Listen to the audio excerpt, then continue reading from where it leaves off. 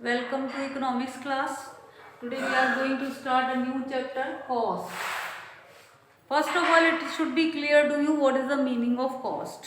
In general language, what we will call, यदि हमें कोई चीज़ खरीदनी होती है, हम जाके किसी से भी पूछते हैं, I want to purchase a book. I can ask, what is the cost of this book in general language. But this is not the cost, it is called the price. बहुत ज़रूरी है कि आपके दिमाग में ये दोनों वर्ड्स क्लियर हों कि कॉस्ट का मीनिंग क्या है और प्राइस का मीनिंग क्या है. In Hindi the cost is called the lagat. What is the meaning of lagat? कि जितना भी पैसा खर्च होता है किसी चीज़ को बनाने में, या सपोज कि हम किसी से दुकान से बुक लेने जा रहे हैं तो बुक वाला जो उसे लेके आएगा, बुक दुकान का अपना सेटअप है, इलेक्ट्रिसिटी बिल है, there can be some employees, सबका निकाल के they will have a cost. क्योंकि जितनी भी लागत है, यदि हम खाली प्रोडक्शन पे जाएं तो किसी भी चीज़ को बनाने में जितनी भी लागत है that is called the cost. और यदि कोई भी व्यक्ति हमें कॉस्ट प्राइस पे कोई सामान दे देगा तो फिर वो क्या करेगा, अपना कैसे निकालेगा. So this is not the cost, that is called the price. बहुत ज़रूरी है that we have a distinguish between the cost and price, these two concept. So I think it is clear to you. Cost, I am saying the lagat, and the same we have written here. All the money expenses, यानी जितने भी पैसा खर्च हो रहा है incurred बनाने, money expenses incurred यानी फर्म का जो पैसा खर्च हो रहा है by a firm for the producing a commodity, एक भी चीज की commodity बनाने में, that is called the costs. इसे हम लोग कॉस्ट कहते हैं. Type of cost there can be many type of cost on the basis of different. We are talking about first explicit cost. Ex का मतलब है बाहर. अब देखिए कि एक्सपोर्ट यानी हमारे पोर्ट से जो सामान बाहर जाता है दैट इज एक्स, बाहर. हम लोग यदि अपने दिमाग में सेट कर लें, एक्स मतलब बाहर. एक्सप्लिसिट कॉस्ट, एक्सप्लिसिट कॉस्ट वो सब कॉस्ट हैं जो कि हम दूसरे को पेमेंट्स करते हैं. For example we are going with the definition first. Explicit cost are the actual money expenditure. जब हम किसी को दूसरे को दे रहे हैं, हमें पता है कि हमने 1000 रुपीज दिए हैं, 2000 दिए, 10,000. So it is the actual money expenditure which the firm, जो एक फर्म करती है, मेक टू फर्म मेक्स देती है टू आउटसाइडर. आउटसाइडर मतलब किसी दूसरे व्यक्ति को फॉर देयर सर्विसेज और गुड्स. तो सिंपल सा है. पहले इम्प्लिसिट भी देख लेते हैं, तो बड़ी आसान होगा इन दोनों चीजों को समझना. इम्प्लिसिट कॉस्ट, इम्प्लिसिट कहते हैं अपना, अंदर. सो व्हाट इज द अंदर इन द कॉस्ट? की जो मैं खुद को पेमेंट कर रही हूँ. मान लीजिए किसी की अपनी दुकान है तो उस दुकान का रेंट नहीं है, ऐसा नहीं है, उस दुकान का रेंट नहीं है. हमारे इकोनॉमिक्स की वैल्यू में वो दुकान की अपना एक रेंटल वैल्यू है, और वो हम किसे पेमेंट कर रहे हैं. हालांकि हम उसे एस्टिमेट नहीं करते. यदि हम अकाउंट्स में जाए तो हम अकाउंट्स में केवल वो ही खर्चे लिखते हैं जो कि हम दूसरों को दे रहे हैं. बट कॉस्ट हमारी लागत में, मान लीजिए उस दुकान को मैं कहीं किराए पे देती हूँ तो वो 5-10 हज़ार रुपये, उस दुकान की भी अपनी एक रेंटल वैल्यू है. लेकिन क्योंकि मैं उस दुकान को खुद चला रही हूँ तो मैं किसी दूसरे को रेंट नहीं दे रही, बट रेंट है. और वो रेंट जो है that is called the implicit cost. यानी मैं जो अपने आप को दे रही हूँ, मैं सारा दिन उस दुकान पे बैठती हूँ, I am working as a labour as well as a manager.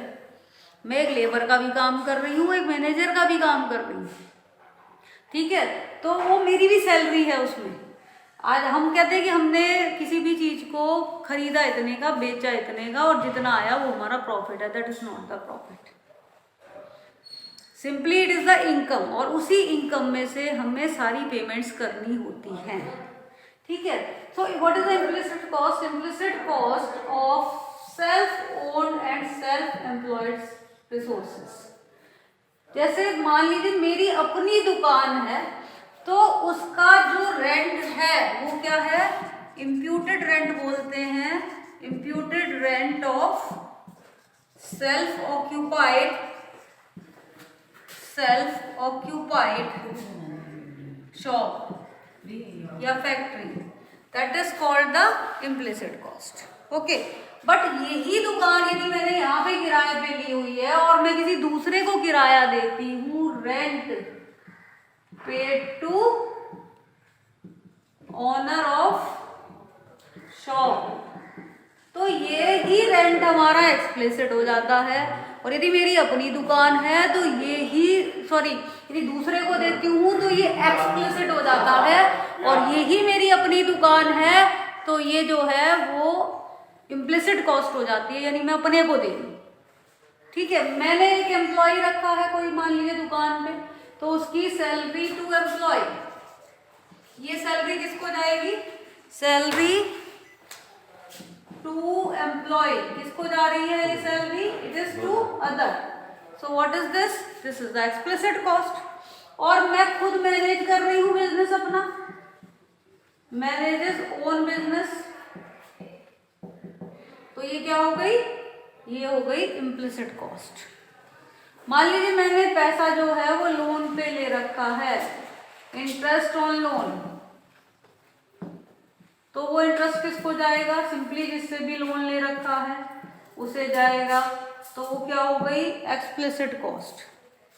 और यदि मेरा अपना पैसा लगा हुआ है तो क्या हो गई? Implicit cost. सीधा सीधा explicit cost is what? It is the payments to other. एक दो वर्ड्स में याद करें तो what is the explicit cost? It is the payments to others. And what is the, it is the explicit, and what is the implicit? Implicit जो मैं अपने आप को पेमेंट कर रही हूँ, पेमेंट टू ओन, पेमेंट्स जो कि हम लोग एक्चुअल में नहीं करते, but it is added here, जिसे हम प्रॉफिट कह रहे हैं, वो प्रॉफिट नहीं है, उसमें वो सारी पेमेंट्स भी हैं। तो मैं जो अपने आप को पेमेंट करती हूँ उसे कहते हैं हम लोग implicit cost. Now we can take two cases here. A women, इसमें क्या करना है हमने? Identify the explicit and implicit cost, explicit and implicit cost, ये आइडेंटिफाई करनी है। फर्स्ट केस है, a women borrows from a bank, एक वुमन है उसने बोरो किया है बैंक से, एंड स्टार्ट्स अ बिजनेस, एक बिजनेस स्टार्ट किया in a building owned by her, she manages the business herself. अब इसमें से हमें आइडेंटिफाई करना है कि एक्सप्लिसिट कॉस्ट क्या है और इम्प्लिसिट कॉस्ट क्या है। ये जो बोरो किया है पैसा बैंक से, तो क्या करेंगे वो? इंटरेस्ट ऑन बोरोड मनी, ये क्या है? नीचे लिख लेते हैं, interest on borrowed money, interest on borrowed money क्या है ये? It is the explicit cost, क्योंकि ये पैसा किसको जा रहा है? ये किसी दूसरे व्यक्ति को जा रहा है। It is the explicit cost. ठीक है।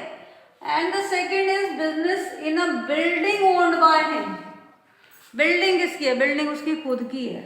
So rent of building, rent of building क्या है? इट इज द, एंड आगे भी कंटिन्यू कर रहे हैं हम, she manages the business herself, तो salary as a manager, that is क्या है? It is both are the implicit cost, क्योंकि ये दोनों को किसे दे रही है? ये अपने आप को दे रही है। Salary as a manager, it is what is this? This is the implicit cost. एक और केस ले लेते हैं, then I will end up this. आपकी बुक में बहुत सारे केसेस मिलेंगे आपको, उन्हें सॉल्व कर दीजिएगा, मैं भी सेंड कर दूंगी आपको।